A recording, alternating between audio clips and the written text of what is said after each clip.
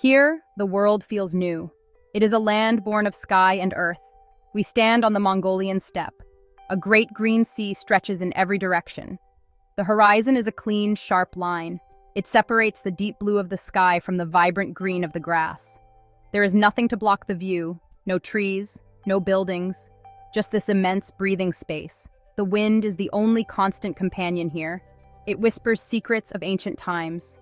It carries the scent of wild herbs and damp soil. This is a place of profound silence, a silence that allows you to hear the beating of your own heart. The sun is a powerful force in this vast emptiness. It paints the landscape with light. In the morning, its rays spill over the distant mountains. They turn the grasslands from shadow to gold. During the day, it hangs high and bright. It casts sharp, dark shadows that dance with the clouds. The clouds themselves are enormous. They are like floating continents. They drift slowly across the immense blue canvas. Watching them is like watching the world turn. It is a reminder of the slow, patient rhythm of nature, a rhythm that has shaped this land and its people for millennia. This is a landscape of scale. It makes one feel very small, yet it does not feel threatening. It feels welcoming. It is an invitation to wander, to explore, to simply be. You can see for miles and miles. A distant herd of horses might appear as tiny specks. A lone eagle might circle high above. Its cry is a thin, sharp sound in the quiet air. Every element here is part of a grander design, a perfect balance of life and space. It is a world stripped down to its essentials. And in that simplicity, there is an incredible, moving beauty.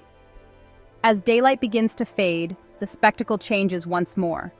The sun dips low, and the sky catches fire. Hues of orange, pink, and deep purple bleed across the horizon. The air grows cooler. The wind softens to a gentle sigh. The stars begin to appear, one by one at first, then in a breathtaking flood. With no city lights to dim their glow, the Milky Way arches across the sky like a river of diamonds. It is a sight that connects you to the universe. It is a profound reminder of our place in the cosmos. Here, under the stars, the day ends as it began, in quiet wonder. If you enjoyed this journey across Mongolia's endless horizon, be sure to subscribe to our channel for more breathtaking stories and discoveries. Join us as we continue to explore the wonders of our world together. The ground beneath our feet tells a story. It is a story of seasons, of survival, of time itself. The earth here is firm, yet forgiving. It is covered in a carpet of hardy grasses. These grasses bend with the wind, but do not break. They are the lifeblood of the steppe. They feed the vast herds of livestock that roam these lands. In spring, wildflowers burst forth in a riot of color. Tiny jewels of purple, yellow, and white dot the green expanse. They are a fleeting celebration of life, a brief, beautiful moment before the heat of summer arrives. Water is precious here. It carves its path through the land with purpose. We follow the sound of a river. It is not a raging torrent. It is a calm, clear stream. It meanders through the grassland. Its surface reflects the sky like a mirror. The sound is gentle, a soft, continuous murmur. It is the sound of life. Animals are drawn to its banks. Birds dip down to drink. The water's edge is a place of gathering. It is a place of renewal. The river connects the mountains to the plains. It carries minerals and nutrients. It sustains the delicate web of life in this arid world. In the distance, the Altai Mountains rise like ancient sentinels. Their peaks are jagged and snow-capped, even in the warmth of summer. They are a dramatic contrast to the rolling plains below. The mountains are a source of mystery and power. They hold the glaciers that feed the rivers. They are home to elusive wildlife. The air is different here. It is thinner, crisper. The silence is deeper. The wind howls through the high passes. It is a raw, untamed sound, a voice of the wild places. The mountains are a reminder that this gentle land has a powerful, rugged heart. Life here is tuned to the subtle cues of the environment. The people who live here understand these cues intimately.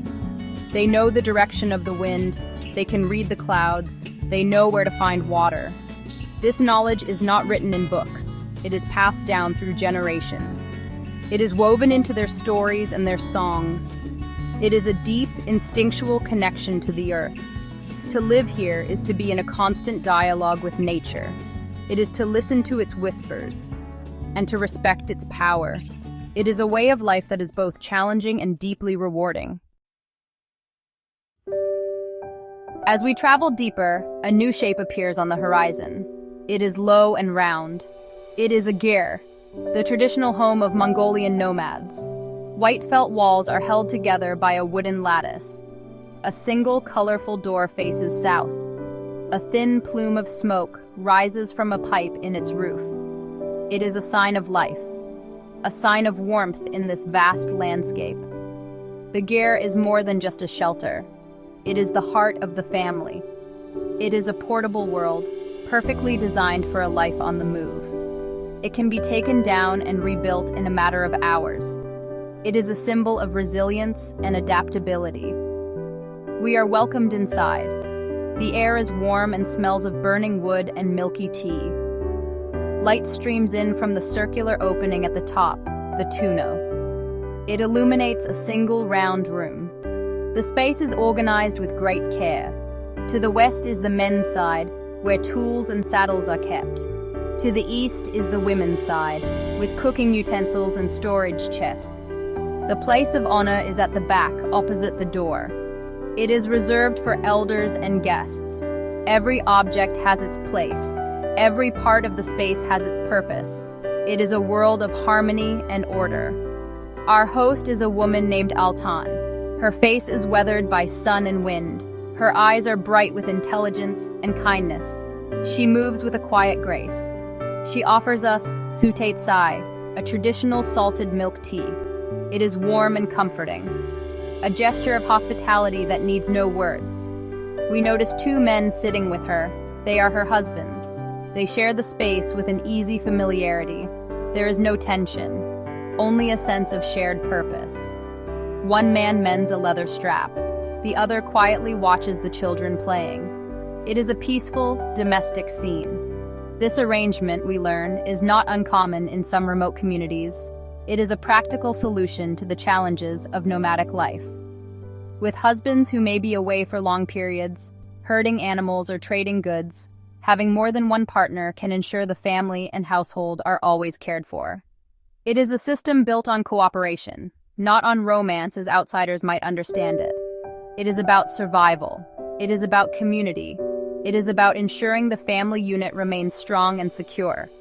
It is a profound lesson in a different way of seeing the world, a different way of building a life. The role of women in this society is, well, truly central. They are the anchors of the family, the keepers of the hearth. Tsaatan manages the household with a quiet authority. She is the master of this small universe. She milks the yaks and goats, makes cheese and yogurt, prepares the meals, and tends to the children.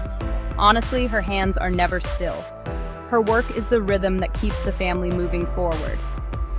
She is both nurturer and provider, and her strength is the foundation upon which everything else is built. It is a quiet strength, born of necessity and tradition.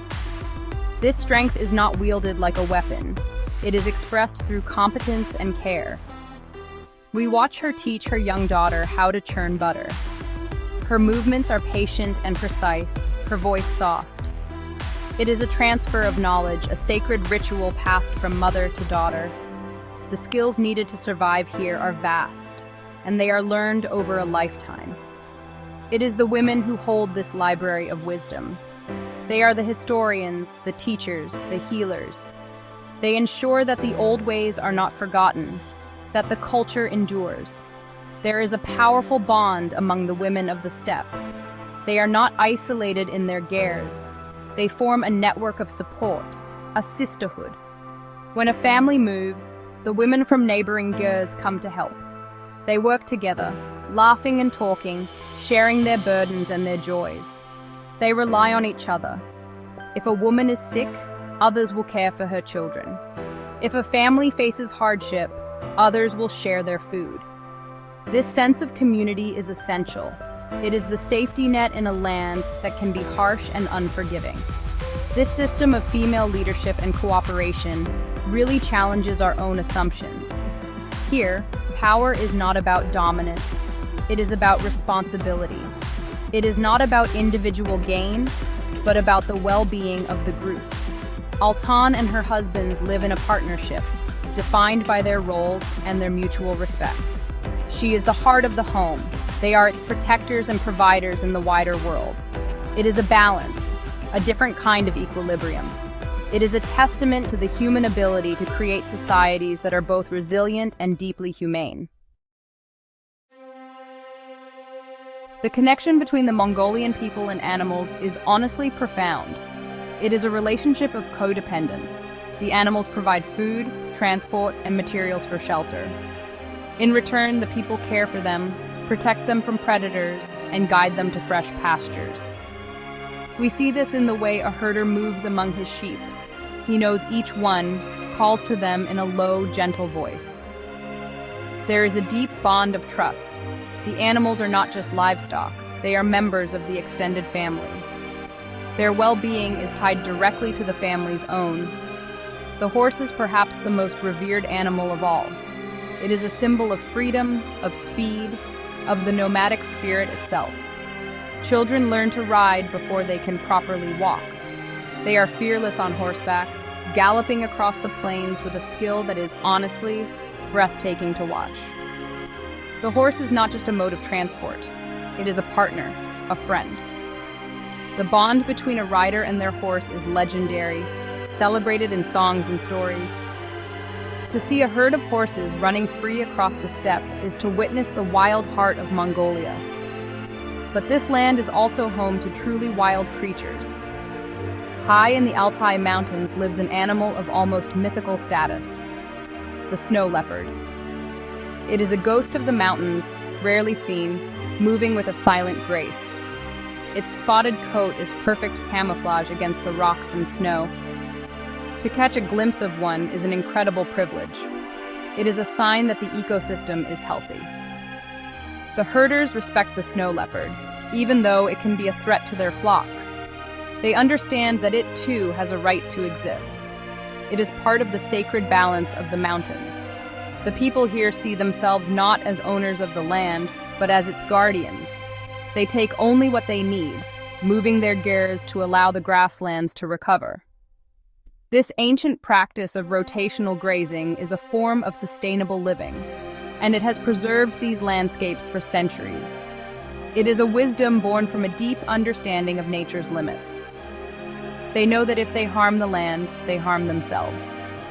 Their survival depends on this delicate pact, a pact to live in harmony with the wild world around them. As our journey comes to an end, the setting sun casts long shadows across the steppe. The air is still, and the vast silence returns. It is a silence filled with the echoes of all we have seen, the endless sky, the whispering wind, the quiet dignity of the people. Mongolia is a land of contrasts. It is gentle, yet harsh. It is empty, yet full of life. It is a place that challenges you, forces you to slow down, to look closer, to listen more carefully. It strips away the noise of the modern world and reveals something essential about what it means to be human. The faces of the people are etched in our memory, the warmth of their hospitality, the strength in their eyes, the easy laughter of the children. They possess a resilience that is truly humbling. They live a life that is physically demanding, yet they are not broken by it. They are strengthened by it.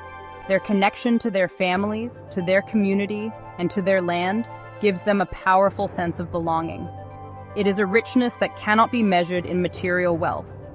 It is a wealth of spirit, a wealth of connection. We leave with a sense of profound respect. Respect for a culture that has found a way to live in balance with a challenging environment. Respect for a society that values community over the individual. And respect for the women, who are the quiet, steady heart of it all.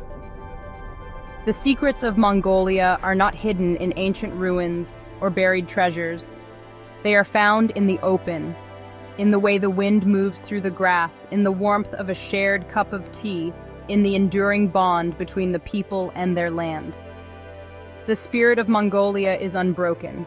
It is the spirit of the endless horizon, the spirit of the wild horse, the spirit of the gur that can be moved but never destroyed.